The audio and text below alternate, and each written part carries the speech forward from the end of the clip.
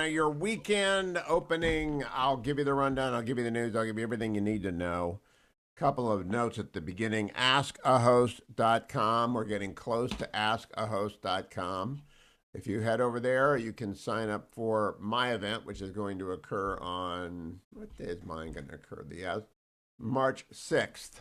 And you have to go to askahost.com. They will run out of tickets, askahost.com. And I'm personally inviting you, come join me. Invite is reserved.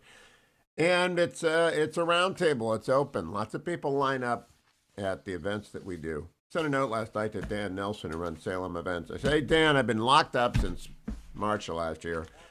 After the second dose in March, I'm ready to go in April.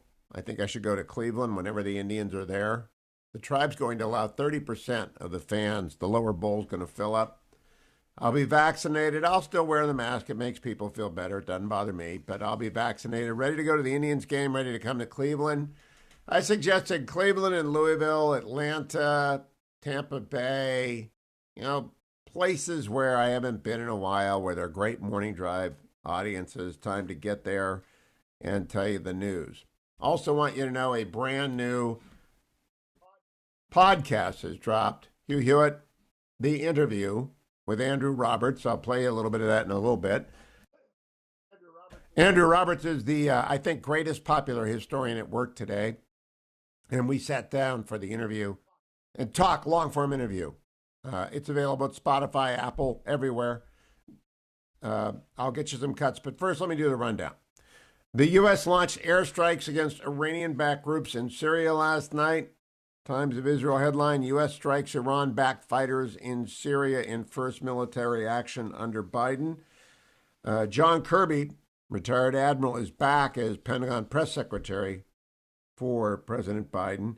And this is in retaliation for a rocket attack last week in Iraq that killed one U.S. civilian contractor and hurt many others.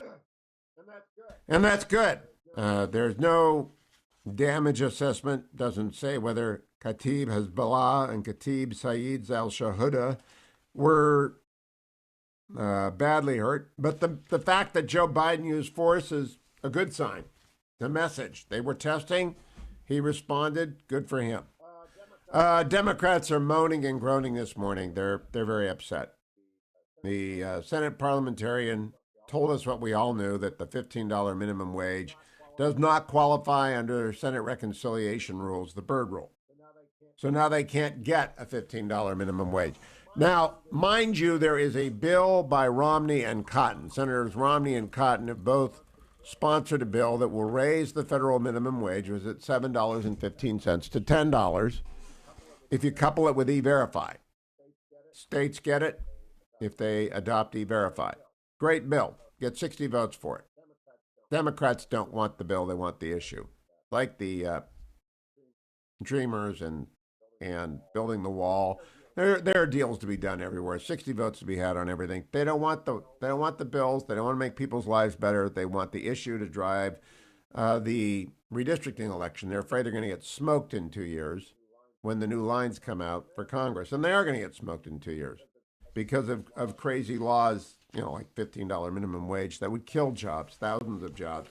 So the New York Times headline is top Senate official disqualifies minimum wage from stimulus plan. Now, about this reconciliation stimulus plan, $1.9 trillion, fake news alert, Maeve Reston, CNN. Headline, Congressional Republicans risk backlash as they unite against Biden's COVID relief plan. Now, I don't think they risk anything. But where are they getting this from? Well, they've got here a Quinnipiac University poll that says 7 in 10 Americans support the $1.9 trillion bill. If I spilled coffee on it, it would be a better article, because then I couldn't read much of it. It's just a nonsense piece of propaganda. Congressional Republicans risk backlash. Honest to goodness. Do you know that in this bill that is being studied, Forbes pointed out yesterday, there's a little line on page 301 or section 301. It's for federal employees. It provides federal employees with kids who are out of school with up to $21,000 by September 30th. Only federal employees get a hardship deal of $21K max if they got a kid out of school, at home, and take care of them. They get 600 hours of paid time. Federal employees. You getting that? That's the Democrats' idea of COVID relief.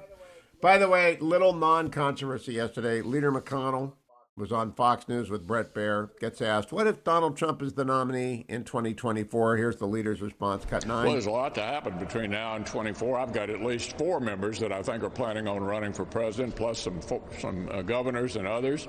There's no incumbent. Should be a wide open race and fun for you all to cover.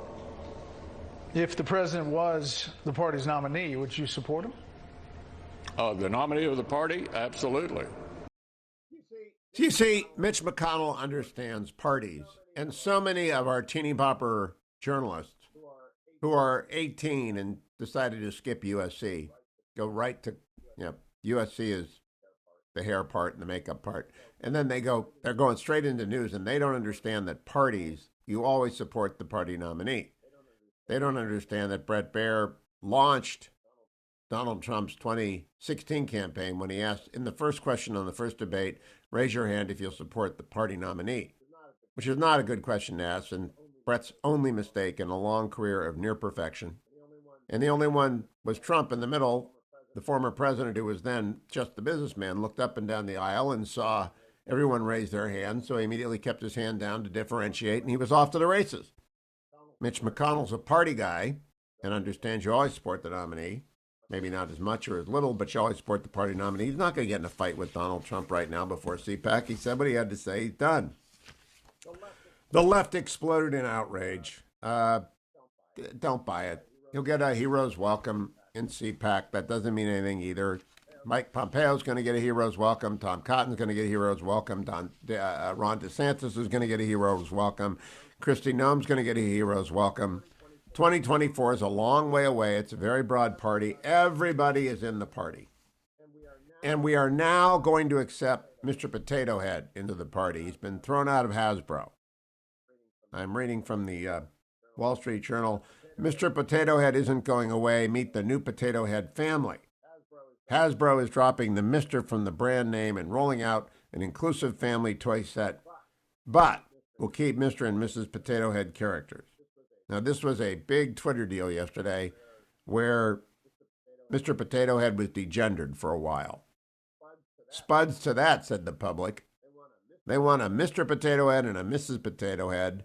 And so Hasbro was backing up just, again, where do they get these ideas? I know we have a wildly successful toy that is sold for 5 generations or 5 decades of kids who like, for whatever reason, Mr. Potato Head and Mrs. Potato Head, and they're in Toy Story 1, 2, 3, 4, which are watched basically on endless loop with my grandkids who are under 5.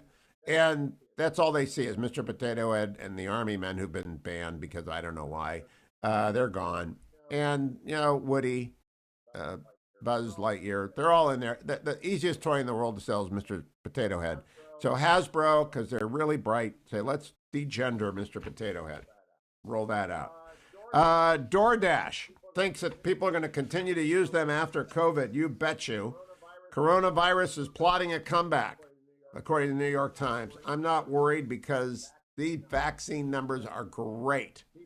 People are getting vaccinated. Benjamin Netanyahu cut a great COVID vaccination. 68 million vaccines. Thank you, Operation Warp Speed. Thank you, Donald Trump and everyone who worked all last year to get this vaccine ready. They're rolling out. Guess what? There's enough of it now to give it to CVS, and they know how to distribute it. But the bad news, Washington Post headline, unprecedented number of students have disappeared during the pandemic. Schools are working harder than ever to find them. They've lost these kids because of the selfish teachers unions, unselfish teachers, selfish teacher unions. Kids are missing. We'll lose them forever.